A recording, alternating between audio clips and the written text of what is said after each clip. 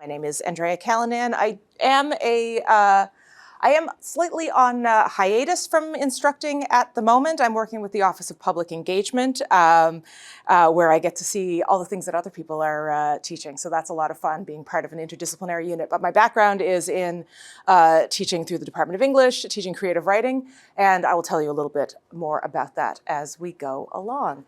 I want to say, I'll give you a quick visual description for anyone who's joining us and needs that. First of all, my pronouns are she, her.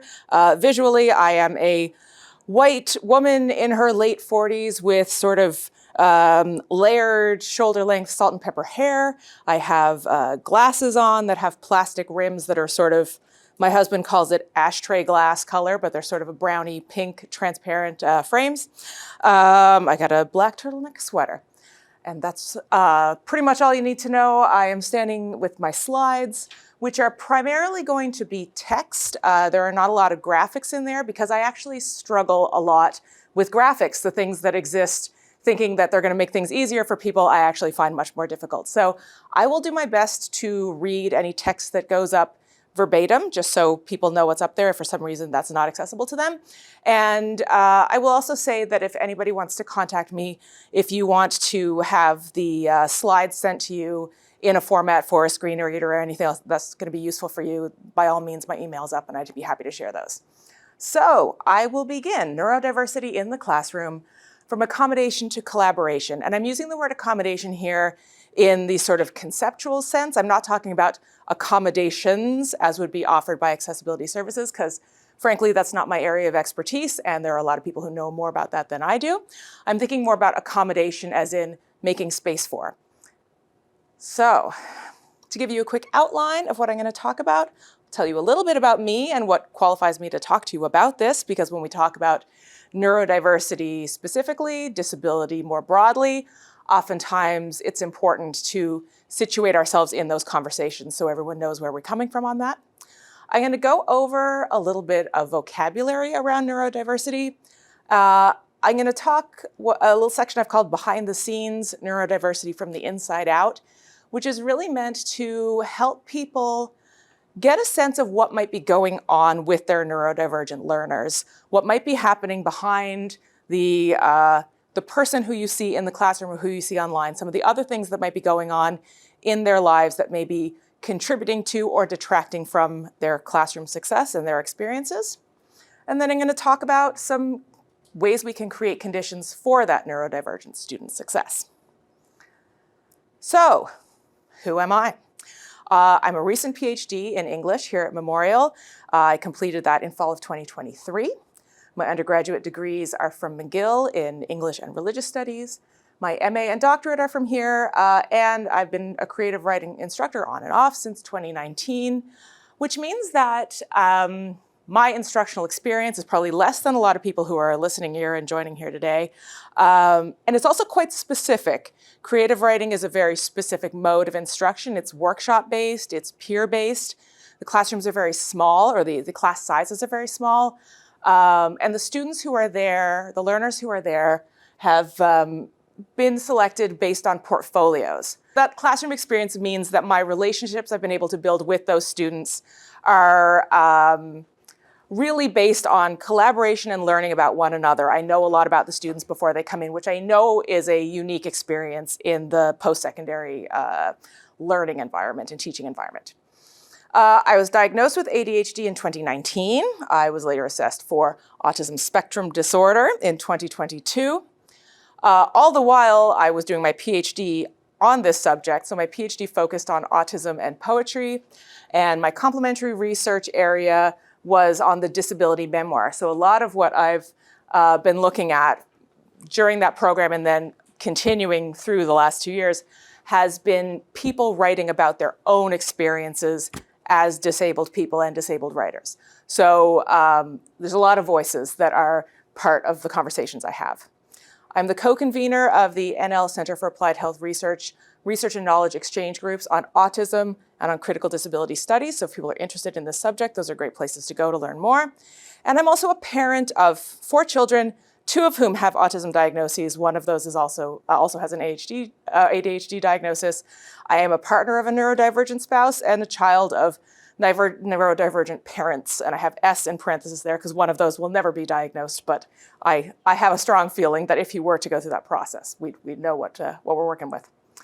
So, neurodivergent student success. I've selected this photo because this is of a neurodivergent student who I know to be successful, my longtime collaborator, my daughter, Bonnie Lennox. So on the left there, I've got a photo of two young people sitting in front of a computer. The one on the right has sort of curly brownish red hair and is wearing an orange t-shirt.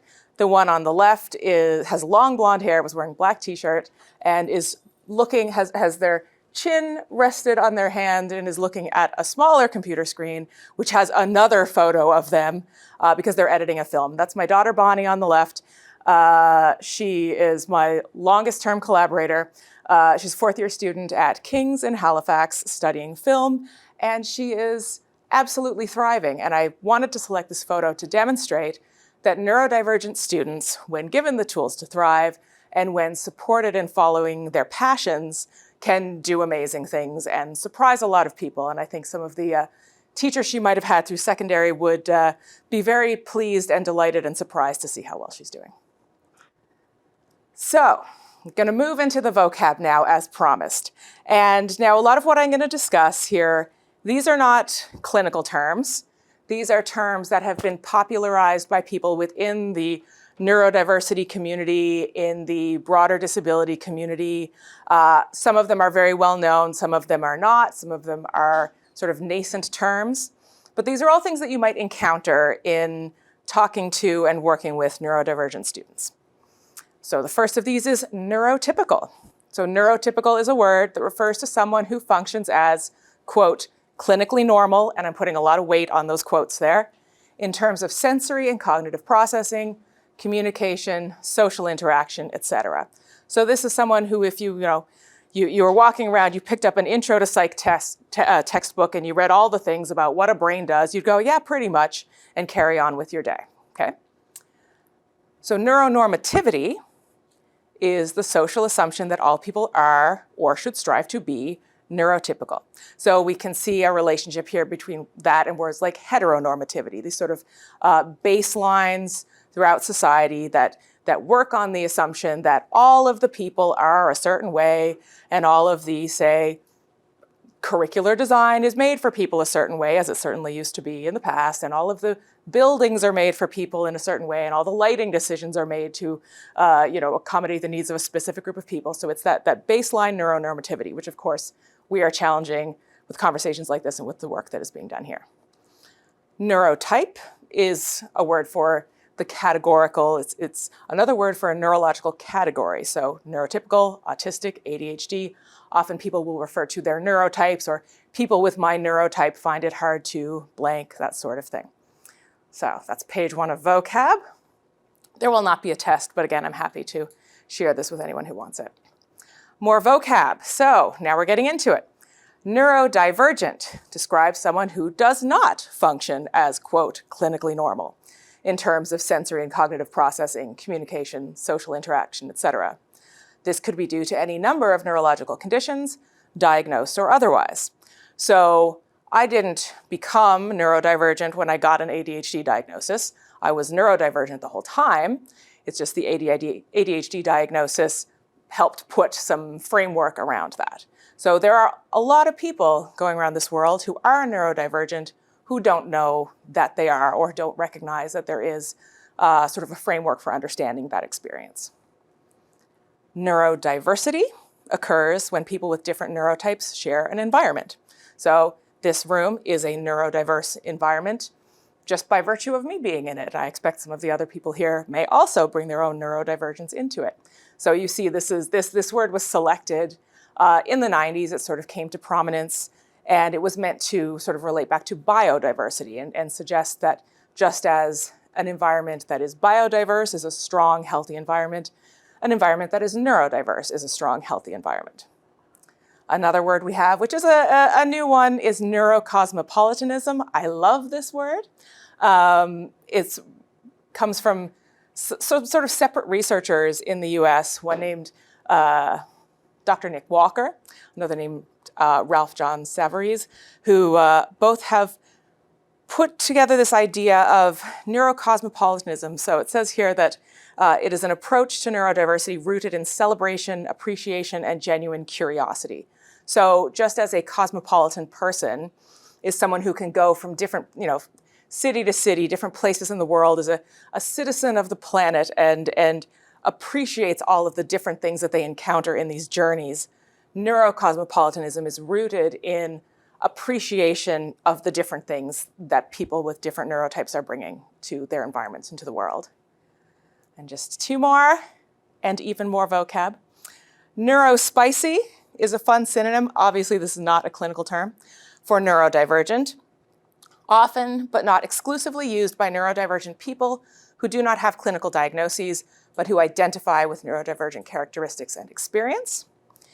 And then we've got neurominority. That's another synonym for neurodivergent, and it highlights the cultural element of neurodiversity. So we see, for example, to look at another example from the disability world, the deaf community, the capital D deaf, indicates that the person who identifies that way identifies their deafness as part of a cultural and linguistic minority, and neurominority does the same thing in terms of the neurodivergent world. So, I promised no quizzes.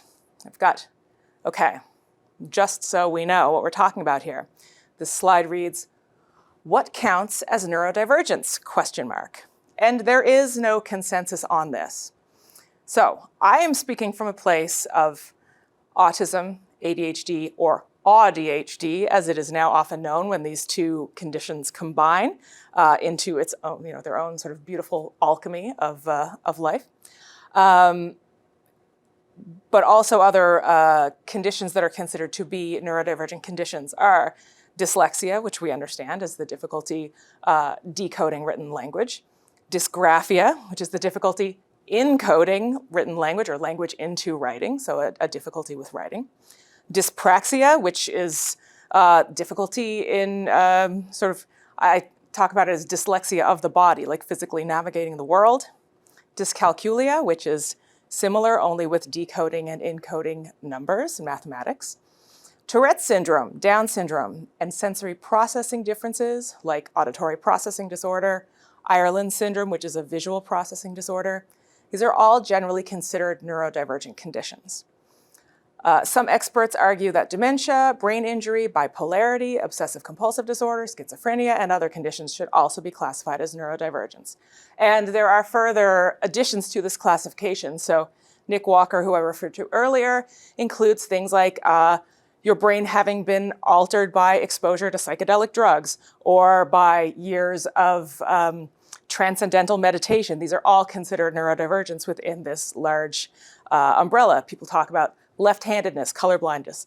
As you can see, we're talking about a really broad church here. So one could even ask, if all of these things count as neurodivergence, is there any such thing as neurotypicality, which is a question we can not answer today, but it is a good question to think about. So I will say, I am coming to this speaking about my own experience of autism and ADHD and the experiences of autism and ADHD in my family, and also students I have instructed and the student I was. And autism and ADHD really dominate the conversation about neurodiversity right now, and that's not right. There are reasons why this is the way it is in terms of who has access to that conversation, who has access to the mechanisms required to write and publish books and all of these things. I hope this is changing. It should be changing, but right now that's kind of where we are. And even within that conversation, it should go without saying, but I'm going to say it anyway, the conversation is dominated by white, English-speaking, North American-born and British-born as well, authors, thinkers, creators, artists. And anytime we're talking about any marginalization, any difficulty, any struggles, we also have to think about the intersectional difficulties that occur when the people who are dealing with these concerns and issues and struggles in life are also dealing with the effects of racism, queerphobia, transphobia, class issues, or when those disabilities and conditions intersect with other more visible disabilities, or if your autism is more conspicuous than mine might be. All of these things compound to make people's experiences a little more difficult to navigate sometimes. So with that said, we're going behind the scenes, just mentally add in all of that intersectional stuff with everything that I'm saying. So I've got a slide here that says behind the scenes, neurodiversity from the inside out, and the picture I've got up with it is of my face, my eye, staring through, what is called a CMY cube, which is this plastic fun toy that's got different colors on different sides. It's just a little goofy picture that I took that I feel sort of captures who I am and how I am much of the time. So for people who are in the instructor world, there are 3 types of neurodivergent learners who you're going to encounter. So the first of these is those who are diagnosed early in life. By early in life, I mean from preschool through to, I'll say probably grade 9 here in our system. So they were flagged either before or in school. They've gone through the diagnostic process and they've gone through their K-12 in that way. And so these students are familiar with, these learners are familiar with the concept of accommodations. This is not going to be new to them. They may or may not identify strongly with their diagnosis. And we're seeing this with younger people now. The Gen Zs and Gen Alphas have a very different experience of these diagnosed identities than, for example, people my age do.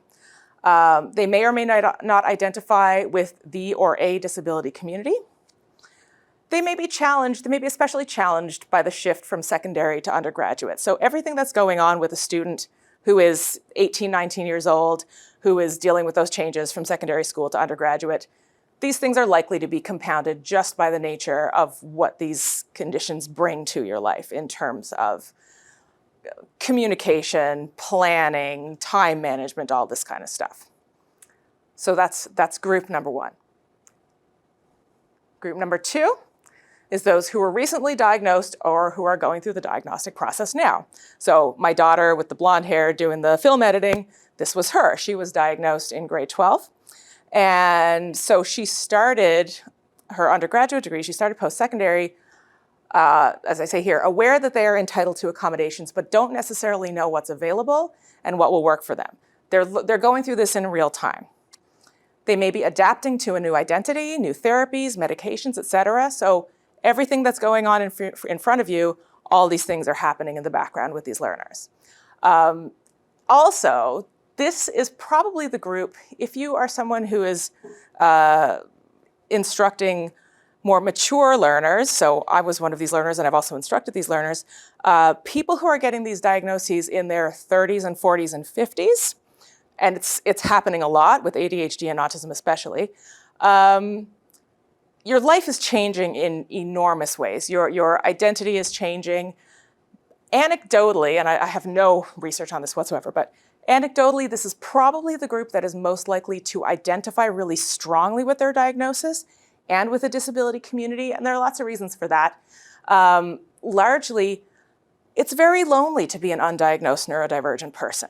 It's really alienating, and when you find that community, you grab a hold of it. So that's one thing that you may experience, people using a lot of the language and people really attuned to what that diagnosis is and what that means for them. So I've got on the next slide, I've got some clips. I rely very heavily on stand-up comedy for my research. There's some great peer-reviewed papers out there, but nothing beats stand-up. So there are sort of 6 panels here. This is an American comic named Lara Bates. And for a visual description, she's got sort of a blonde shag haircut. She's wearing black jeans and a black and white ringer tee, and she's holding a microphone. And there's text going across the 6 panels. It says, she's talking about her autism diagnosis. She says, "It is my entire personality. Like everything I like and do and am, I'm like, oh, these are all just diagnostic criteria." And this is really the experience of sort of later in life, if these happen to be learners you're interacting with, coming to these realizations that everything you are is because of something that someone is listing as symptomatic somewhere. And that's huge revelation, and it's a lot to think about and process. So if you're also trying to learn while you're doing this, there's a lot going on. So now we've got the third type of neurodivergent learner you will encounter. And that's those who have no idea they're neurodivergent. You've encountered them your whole life. You probably work with them. You probably know them. Maybe you are one. They just don't know. Maybe they may be struggling despite previous high achievements. That was certainly me. They may have difficulty with emotional regulation. That was certainly me. I think I cried in every office in the English department during my graduate work. They may be having significant difficulties in personal life, which they try to suppress in the classroom setting.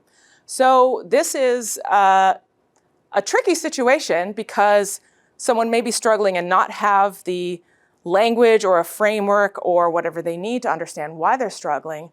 But these learners will also benefit from anything you're putting in place for their colleagues who may have those diagnoses already set out. These aren't people who are going to be going and looking for accommodations. They're not going to have paperwork. They're not going to have anything, but they do need that, these same tools, and they will benefit from them. And there may be reasons, people may be undiagnosed for a lot of different reasons. It may be having to do with, it could be generational. It could be cultural, as in large culture, but also family cultures. There are family cultures where people just don't accept disability, or where people just sort of look at each other and go, yes, well, we're all like that. Your grandfather was like that. Your aunts and uncles are all like that. They're fine, carry on. And again, that's certainly an experience that I've had. There are also people who were diagnosed early in life whose families withheld that information from them. There's a lot of conversation happening about that. So these people may be struggling. They won't know why. You can't help them figure out why, but you can offer the tools that they need to engage as learners. So I've got another quote from the pantheon of comics, from the comic Hannah Gadsby, from their show Douglas. The quote is, "The day I was formally diagnosed with autism, I was able to make sense of so many things that had only ever been confusing to me, like why I could be so intelligent but struggle to leave any proof." And I think we've all known people like this, interacted with people like this. I have certainly been this person. So I told you vocab time was over, but I've got a few more useful terms. The first of these is alexithymia, and this is a difficulty attaching words to emotions. This is often misunderstood as an inability to experience emotions. So in the instructional setting, this could be someone who is struggling and you're trying to help them and trying to get to the bottom of what's going on, and they just don't have the words for it. What's really interesting, I find anecdotally with a lot of autistic people I know, is we're really good at pinpointing other people's emotions, but very difficult. We find it very difficult sometimes to attach a word to our own feelings. And I think that's because feelings look so different on the outside than what they feel like on the inside.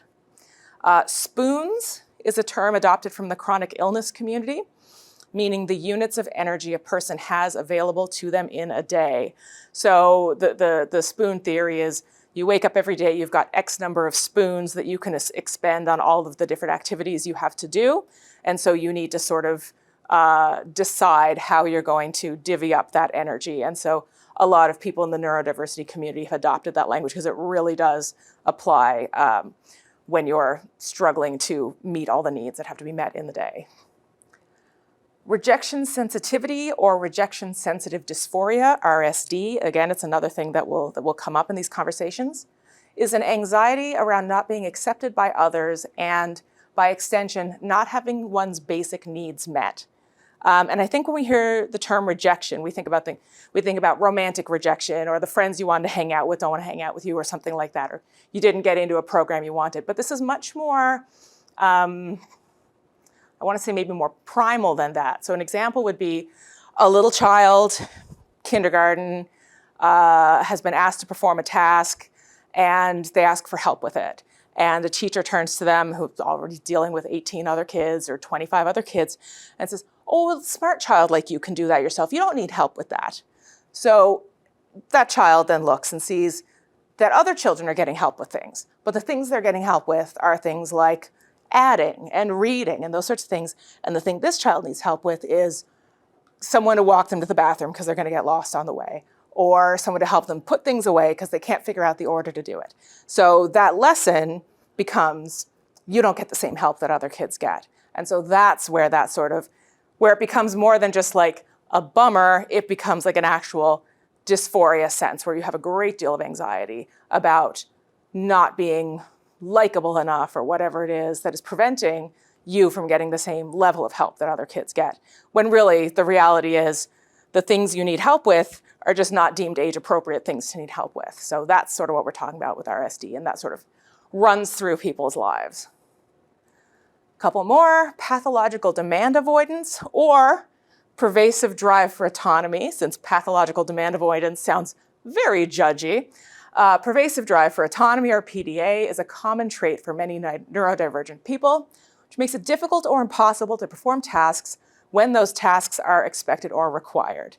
So another example, my daughter, who is now living and thriving in Halifax, when she was in kindergarten, for whatever reason that year, they had a ton of homework. They were given a huge amount of homework, and I don't know what was going on there, but it was just a binder full of homework that she simply couldn't make herself do, despite in every way being capable of it. And I would just look at it and say, if this had been given to her and it was called an activity book, she would have loved it. She would have burned through it. But the fact that it had to be done, this page had to be done at this time, meant she just simply couldn't. And that is something that carries right through people's lives. And it seems so silly when you try to explain it. Well, I couldn't do it because I had to. But it is just a thing that you can't explain and you have to live with. And a final one, adaptive morphing is another term for what has been in the past known as masking. It is a phenomenon wherein a neurodivergent person suppresses traits that may make them conspicuously different than others in their environment. And the term adaptive morphing has been sort of promoted by an Australian researcher named Wen Lawson, and I actually prefer it because masking makes it seem intentional. Masking makes it seem like you left the house today and you're like, how will I appear in order so that the cool kids will like me? When it's not that at all. It often happens at the nervous system level. You don't really know you're doing it until after it's over a lot of the time. So it's just another thing, and it's exhausting. It has an enormous toll on people's energy. So I'm going to share some common neurodivergent strengths. So you're like, wow, these learners sure have a lot of difficulties. What are they bringing to the conversation? So pattern recognition is one of them. That's right up there. So we have a lot of sort of stereotypes about especially autistic people going into sciences and technology and mathematics and these sort of things. But we see it just as much on the creative side in poetry and music and architecture. That pattern recognition is such an incredible strength. Psychology, things like that. Creativity is huge. I know that's running against stereotype, but believe it or not, it's there. Sensitivity to nuanced sensory information. Inductive reasoning, so that kind of beginner's mind where you're coming in and assessing the data and then making a conclusion rather than coming in with an a priori conclusion that you're trying to find data to support. Making thematic connections between subjects. I think a lot of neurodivergent people, especially again on the autism and ADHD side are born interdisciplinarians because categorization in our world doesn't really follow categorization in the rest of the world. So interdisciplinarity is something we really excel in. Attention to detail, intense focus on things of interest, so intense, and outside the box thinking. I tried to find a synonym for outside the box thinking because I hate saying outside the box thinking, but I couldn't find one, so that's what it is. But then, obviously, these things come at a cost. Common neurodivergent challenges are fatigue, intense fatigue, sensory overwhelm. A lot of our built environments are not built for us. Time and task management, asking questions, and this can kind of go back to that rejection-sensitive dysphoria when you sort of learn early that the questions you're asking are not the questions that people want to hear. You just stop asking questions, and you don't learn how to develop better and better questions as you get older. You just figure it's your job to figure it out on your own. And at the same time, asking questions means you have to be able to look at a thing that's going on and figure out where you're struggling and be able to break down. So say an instructor says, oh, my Doors are open, come ask me any questions anytime, or you just say any questions and keep it open. Identifying what kind of a question to ask means you have to be able to pick apart the problem you're dealing with, and that's just something that a lot of us don't learn how to do very well, at least not on the timeline that a lot of people hope we will. Social expectations can be very difficult, knowing how formal, how informal your communication should be with someone, knowing what to wear to a different situation, knowing what to bring with you, never mind interacting with the people. It's just all of the props and conditions that have to be in place before you can go to the event or chat with someone in the hallway. Maintaining focus is difficult. Following multi-step instructions, especially for my ADHD crowd, that's very, very difficult. And boredom. Boredom is huge. One more quote from the stand-up comedy world. The Irish comic Aisling B. in an interview said, that I watched recently, boredom to an ADHD person feels like grief. And that sounds so hyperbolic, but boy, did that resonate with me. I know that feeling so well.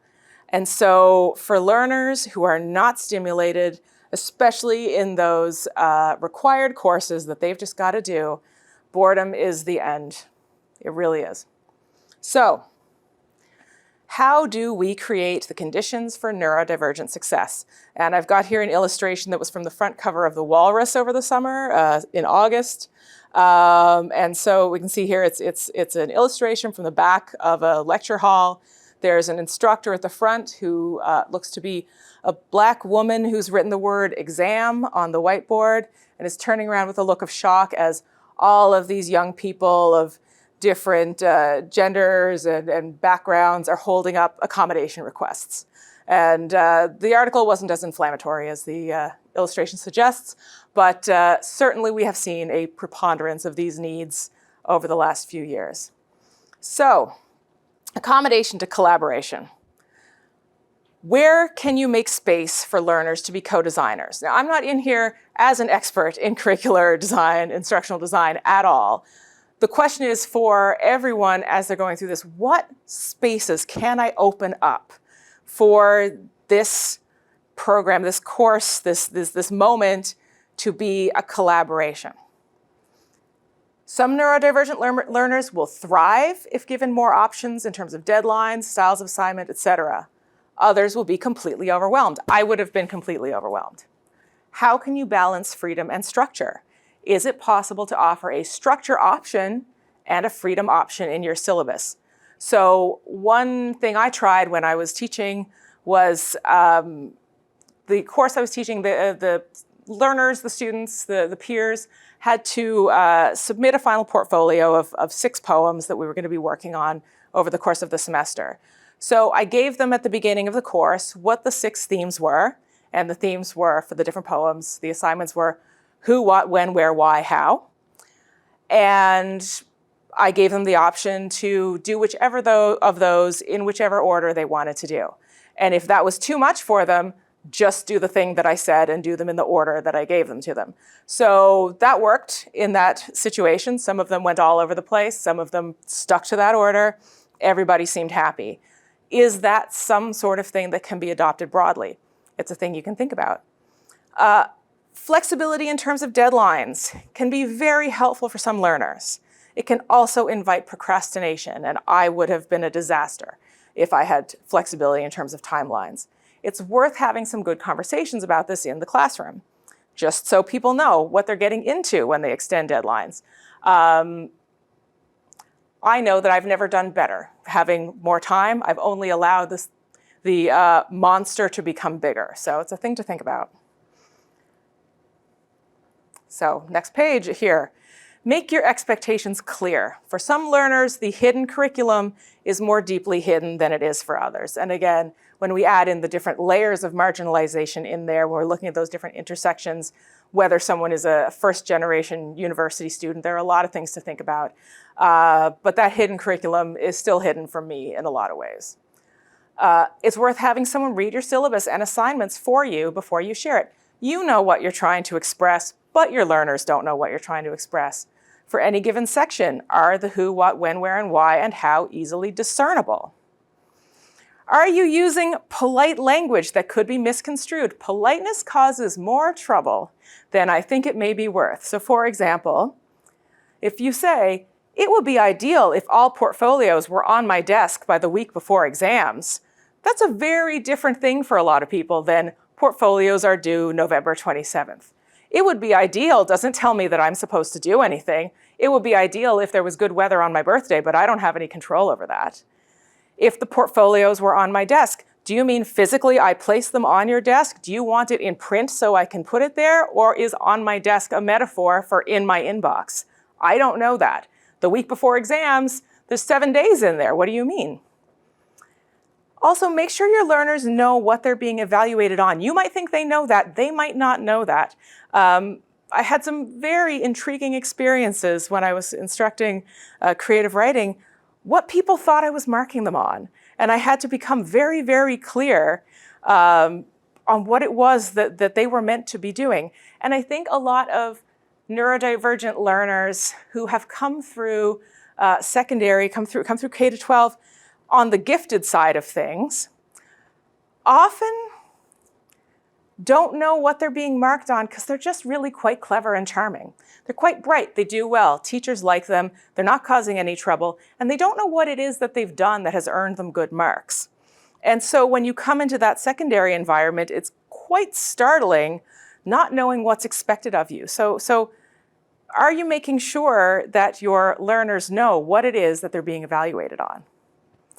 Multimodality is your friend. Happy to say that here in this lovely CITL environment. There was a great video in this series for anyone who's watching to go back and look at it on graphics, the graphics syllabus as a tool.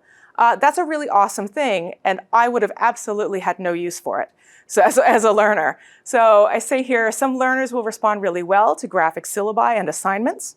Some will not and will need plain text versions. This can also be the case for learners who use screen readers. You can supply both. You're probably writing it up in Word anyway. Just slap it up there and you can have your pretty version and your plain version. So that way that access is there. Brightspace allows learners to respond to assignments in audio and video format as well as in written format. It's amazing. What a great tool. Underutilized, at least in my experience, and what fun. If you're captioning your videos, and you should, please, I beg of you, take the time to make sure the captions are accurate. It is time consuming, or it can be, but my goodness, I had the absolute displeasure of having to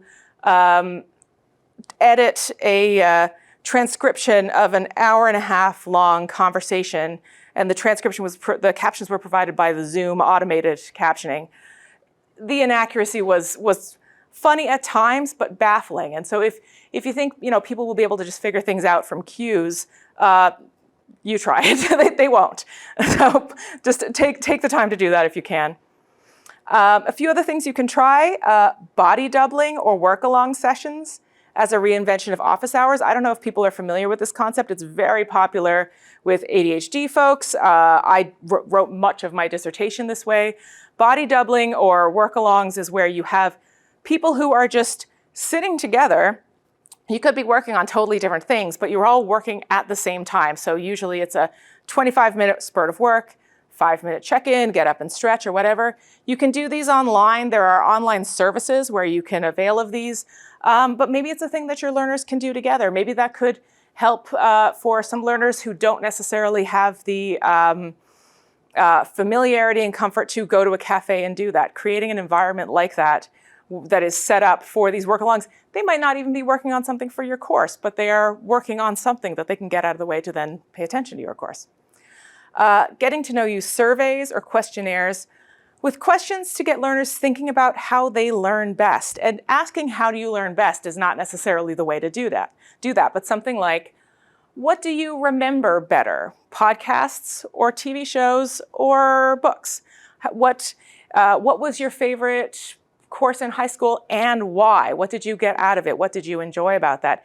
These are all little clues that can help you see what it is that they want to do. And so again, with in the creative writing environment, we have the benefit of having learners come in having sort of submitted essays about themselves as well. We ask for a student profile just about their interests, and we can sort of intuit from that what sort of approaches are going to be best for them. And obviously with an enormous class, this isn't necessarily possible, but anything that can sort of elicit some of that for your own sake as an instructor, but also for their sake as students, to sort of think, what are the things that I respond well to? What are the things that sort of stick in my memory? Alternative grading, ungrading, self-assessment. Again, I'm not the expert in this, but there's a lot of material through this video series that you can look at. Exercises encouraging learners to connect what they're studying in your class with things they're learning in other courses. It's so helpful, and it's such a good thing to help, first of all, to help learners understand the value of what they're doing, especially when that boredom starts to creep in. If you can say, oh, this is good, this is going to help me with this. This is part of this other thing. Oh, this happened in the 17th century and this other thing happened in the 17th century. Oh, that's weird. Why did those two things happen? Just little connections they can make. Or with things they've experienced or observed outside the classroom. It's so important and it's so helpful, and it really gets you in that mode and harnesses that natural interdisciplinarity I think that a lot of us have. So, a few last thoughts, and then we'll open it up for some questions. Clear communication, responsiveness, and flexibility are key. There will always be friction between different learners' needs. There will be some learners who need something that is so different from what other learners need. And I think that this is the frustration of dealing with neurodiversity. It's not the neuro part. We can all accommodate different needs. It's just the diversity is so enormous. And this is a conversation, again, broadly within the disability community. Just 2 weeks ago, I was on a conference call where some people couldn't read or access the chat, and some people could only communicate through the chat. And being able to recognize these frictions and try to reduce the friction by allowing as many entry points as possible.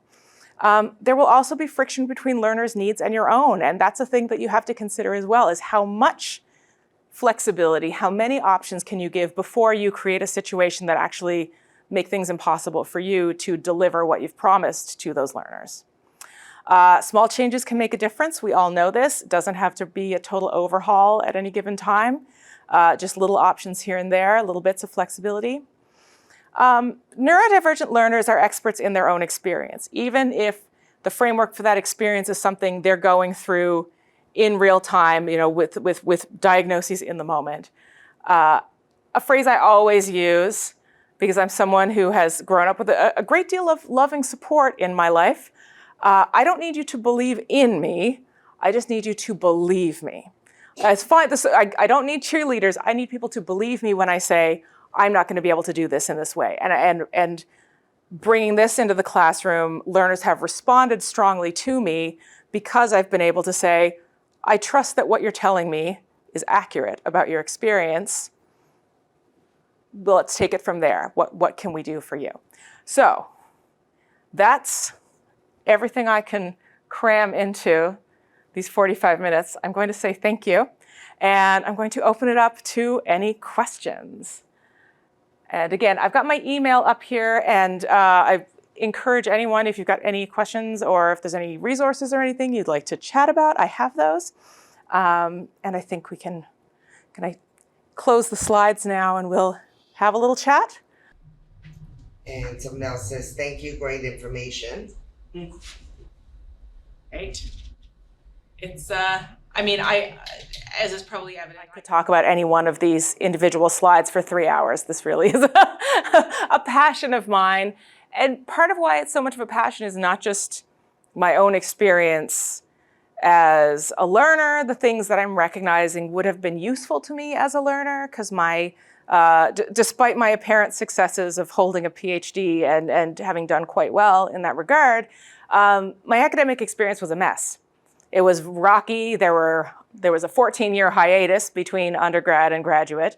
There were a lot of difficulties, and I don't know that there's anything that my instructors could have done differently, knowing what they knew then and knowing what I knew then. But there are so many things that I would have done differently if I could go back, in terms of my own self-advocacy as a learner, and also trying to sort of beef up the support from instructors at that time. But also that was, much of that was the 90s. I don't know that I necessarily would have wanted the resources that were available in the 90s. So. And the 2000s, someone else. And the 2000s, I mean, it hasn't been pretty.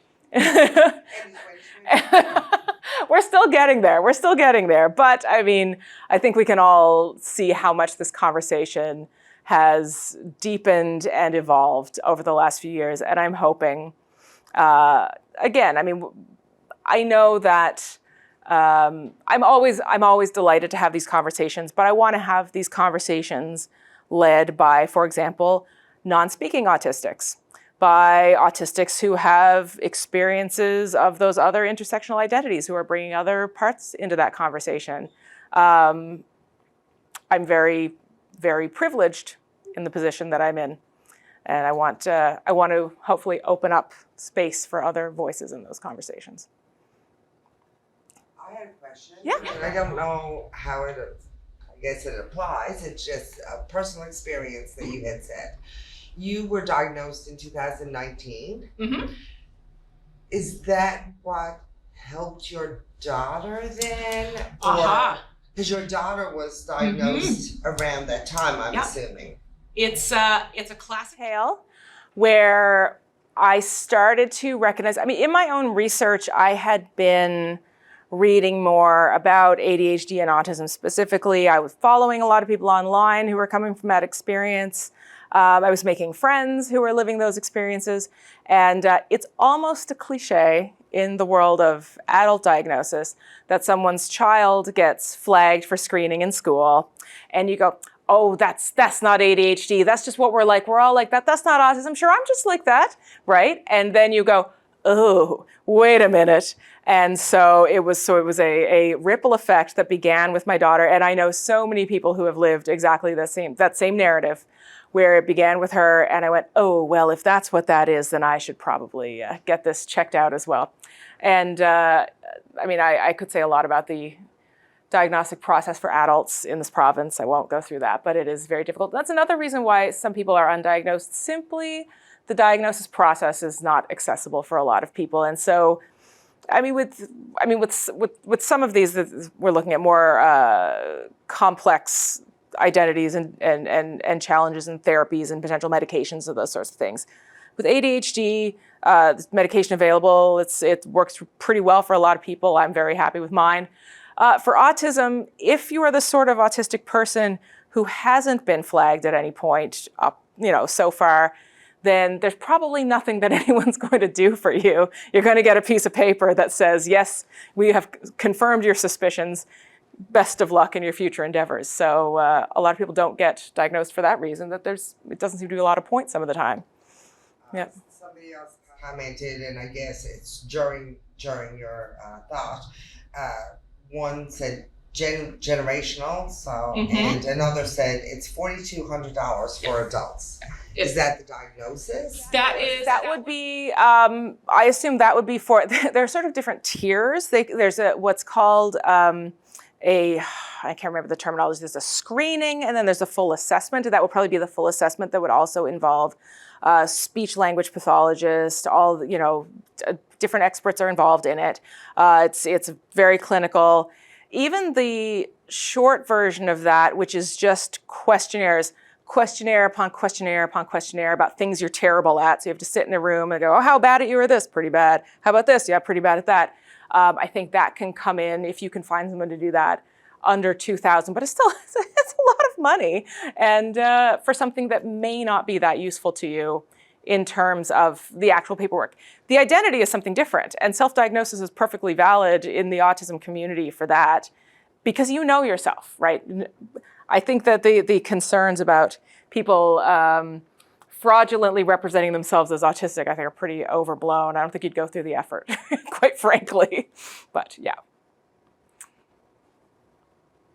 It was interesting, I was part of a panel a couple of weeks ago on neurodivergence in law. Yes.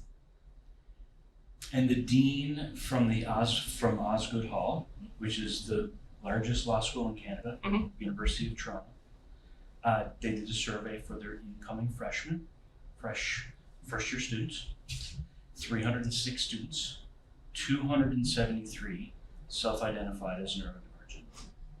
That doesn't surprise me in the least. And this is that other side, right? There is struggle and there is also incredibly high achievement. And for areas that require that passion, that focus, that creative thinking, all of these things, you see such, what feels like disproportionate numbers of people identifying as neurodivergent. And I don't know that they are disproportionate, just based on 7 years as a graduate student here and then further years of teaching. I don't think it's that disproportionate. And I think about, I'm in the arts community and I look at the arts community and these very successful people. And there's a reason why I want to hang out with them. It's because we communicate on the same level. We appreciate the same things. Students that I still have friendships with, they tend to have been the ones who identified as neurodivergent or who we had the same vibe, right? It is definitely there. And of course, part of the difficulty is, when is this a disability and when is it just who you are, right? And that's a larger conversation that we can't necessarily get into today. But yeah, there's so much to think about and such great and exciting conversations to have.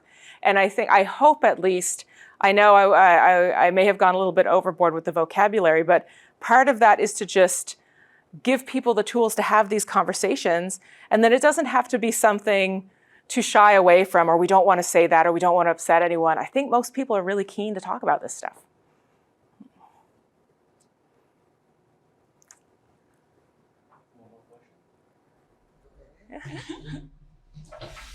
With regards to this, at our institution, if you were provost for a day,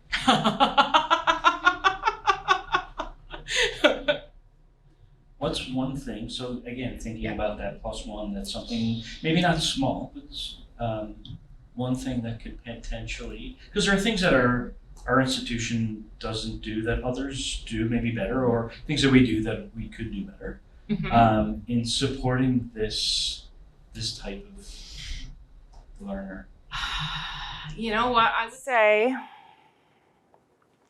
I'm going to say from an instructor perspective, I would lighten the workloads of ASMs so that they would have time to dedicate to creating some of this change at the classroom level, the virtual classroom, the in-person classroom level, because I know there are so many people who want to do this work, who are excited to talk about this work, and just have so much on their plates that it's difficult to give all of these learners the attention and the energy and the thought that you want to. So that would be the thing, the one thing that I would do. But if you give me 15 minutes, I could think of 30 more things, but that would be my first thing, to allow that space and allow that time for the thoughtfulness. And I think that's sort of mimicking the K-12 system where they're trying to put one person in to help out the teacher. They have 40 students that, 15 probably really need help.